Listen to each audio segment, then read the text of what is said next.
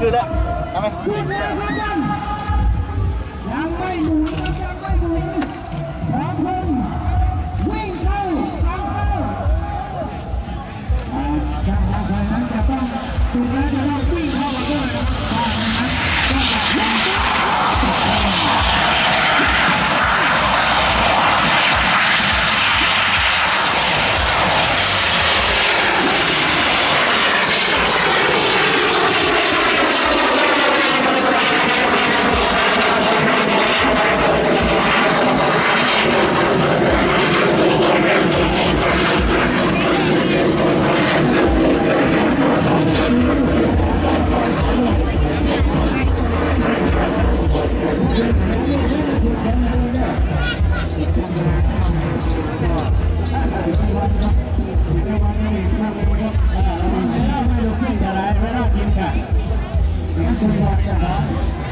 รถมาสมบูรณ์นะครับ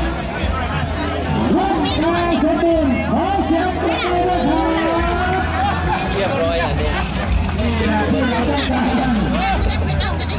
ไม่หลงจงบอกถึงความปลอดภัย